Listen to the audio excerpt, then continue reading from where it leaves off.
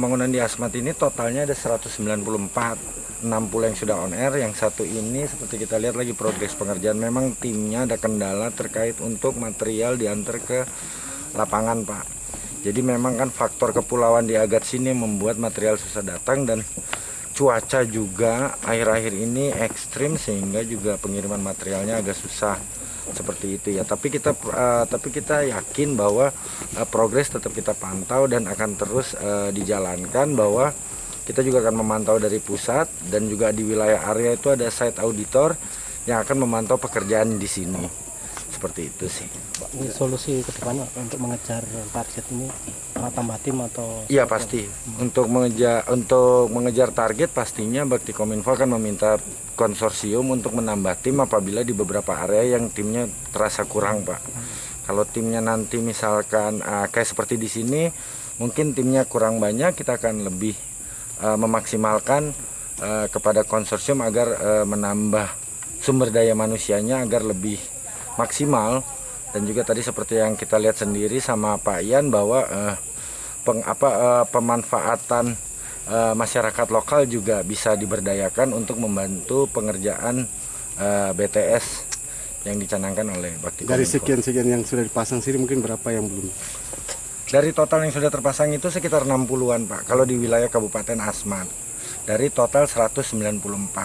Sementara dari 194 itu sudah 120 material onsite. Material onsite itu artinya material sudah ada di tempat lokasi, tinggal dilakukan pembangunan. Cuman memang pembangunannya itu harus dari sisi CMA, itu seperti contoh awamnya itu membangun pagar, membangun tower, lalu nanti masuk ke fase memasang visat, memasang BTS, dan yang lain-lain. Yang pertama memang di Agats sini jalur kita untuk distribusi logistik lewat sungai dan laut, ya, laut itu masuk untuk dari pelabuhan Timika ke Agats sampai di pelabuhan Agats pakai sungai untuk distribusi logistik. Yang kedua memang sedikit berbeda karena di sini strukturnya kita bangun di atas rawa, jadi harus butuh fondasi lagi. Jadi ada ekstra tambahan yang bisa dikerjakan agar konstruksi yang dibangun ini bisa lebih kuat. Karena di sini kan kita menghadapi pasang surut air, kemudian kadang hujan terus begini bisa tergenang air di mana-mana, jadi bisa banjir, bisa apa ya. Tapi saya pikir dengan struktur yang dibuat seperti ini bisa menjamin lah untuk aset-aset ini bisa tahan lama.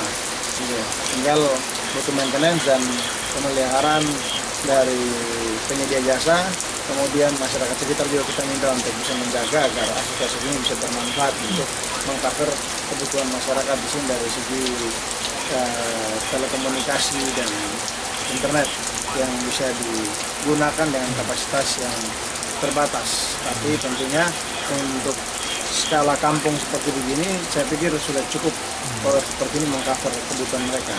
Karena tingkat pengguna juga kan rendah, jadi trafficnya tidak terlalu tinggi.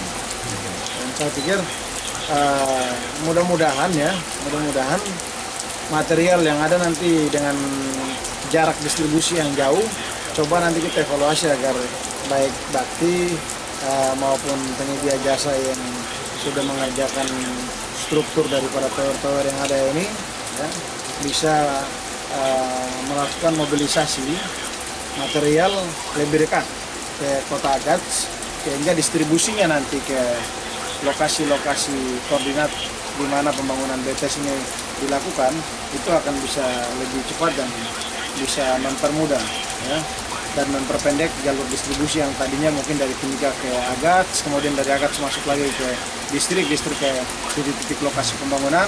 Nah, mungkin kita perpendek lagi dari Agats ke distrik, kemudian ke titik lokasi pembangunan BTS sesuai dengan titik koordinat yang sudah disurvei.